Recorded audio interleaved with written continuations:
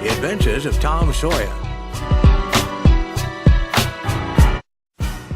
Chapter 11. Tom's Troubled Mind. At noon, the whole village suddenly knew the fearful news. The story traveled quickly from man to man, group to group, house to house. The school teacher closed the school. The knife had been found.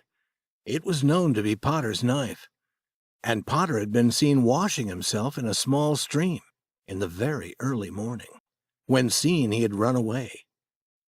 All this was very strange, especially because Potter almost never washed. All the people in the town were slowly going toward the graveyard. Tom joined them. He did not wish to go, but something seemed to force him. He arrived at the fearful place and saw the scene again. It seemed 100 years since he had seen it before. A hand touched his arm. He turned. His eyes met Huckleberry's. Both looked away. Were they being watched? Now Tom began to shake, because he saw Indian Joe. Then Muff Potter appeared. A few people saw him. They shouted. The crowd separated and Potter walked through. A village law officer was holding his arm. Potter's eyes showed his fear. When he stood beside the dead doctor, he put his face in his hands and began to weep. "I did not do it, friends," he said. "I did not do it." "Who said you did?" a voice shouted. Potter lifted his face and looked around without hope.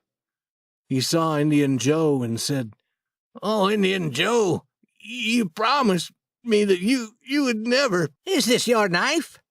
It was held by the law officer for him to see. Potter began to fall. Men caught him and let him go slowly down to the ground. Then he said, "I thought that I should come and get—" He stopped, shaking. Then he said, "Tell him, Joe. Tell him." Indian Joe told his story.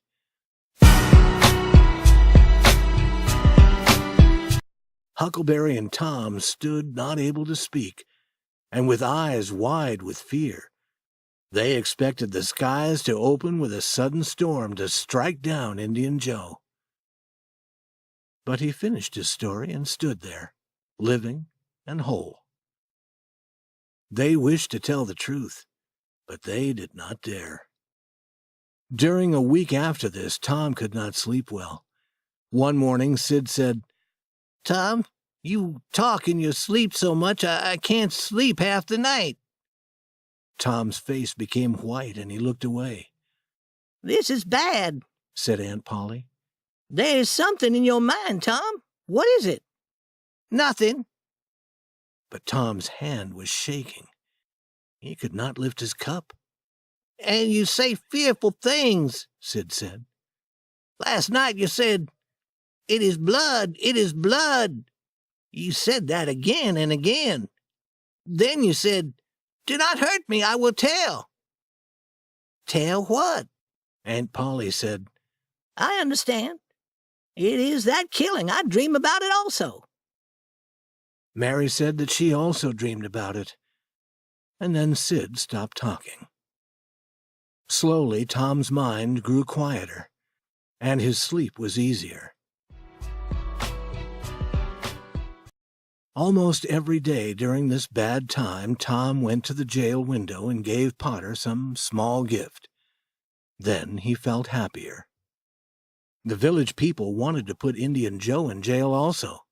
Like Muff Potter, he had been helping the doctor to carry away that dead body from its grave. But the people did nothing. All were afraid of Indian Joe.